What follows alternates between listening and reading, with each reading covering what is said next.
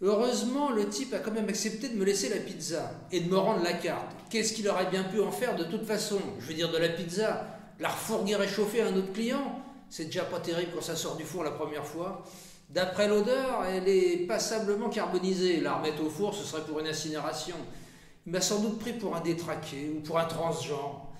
C'est sûrement pour ça qu'il m'a laissé la pizza, de peur d'être poursuivi pour discrimination par le mouvement LGBT. Il a dû croire à une opération de testing, ou alors il était juste pressé de partir de cette maison de dingue.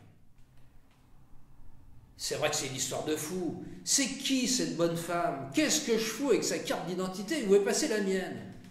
Bon, c'est pas très compliqué à deviner. La seule sortie de la journée, c'était chez Happy Dogs. Ce crétin m'aura refilé la carte de quelqu'un d'autre qui sera reparti avec la mienne. Allez savoir s'il l'a pas fait exprès, ce petit vicelard. Et pourtant, je m'en méfiais. Mais alors là, comment j'aurais pu deviner qu'il allait me refourguer une fausse carte d'identité? Enfin, c'est sûrement une vraie, mais c'est pas la mienne. Alors qu'est-ce que ça change? Il faut que je retourne là-bas avant que ça ferme.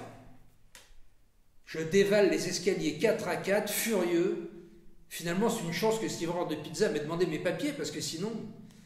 En général, on passe pas son temps à vérifier si sa photo n'a pas changé sur sa carte d'identité. C'est nous qui changeons année après année par la photo.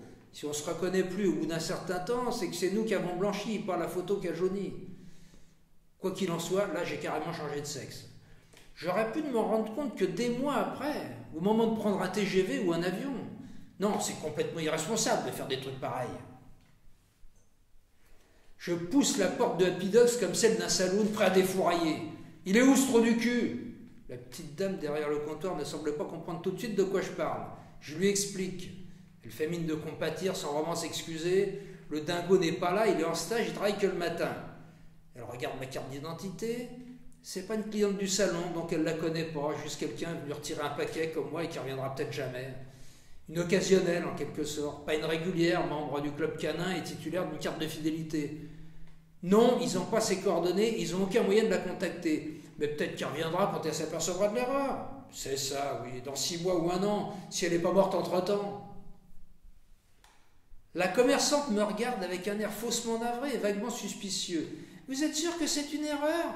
J'ai envie de l'étrangler. Je lui mets sous les yeux la carte d'identité d'une femme et elle me demande si je suis sûr que c'est une erreur.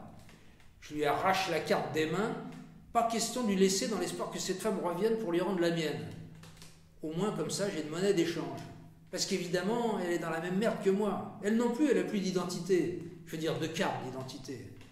Je laisse mon numéro à la shampouineuse de caniche au cas où et je lui recommande de mieux choisir ses stagiaires. Elle marmonne quelque chose que je préfère prendre pour un engagement dans ce sens-là et je ressors, pas vraiment calmé. Il ne me reste plus qu'à mener l'enquête moi-même.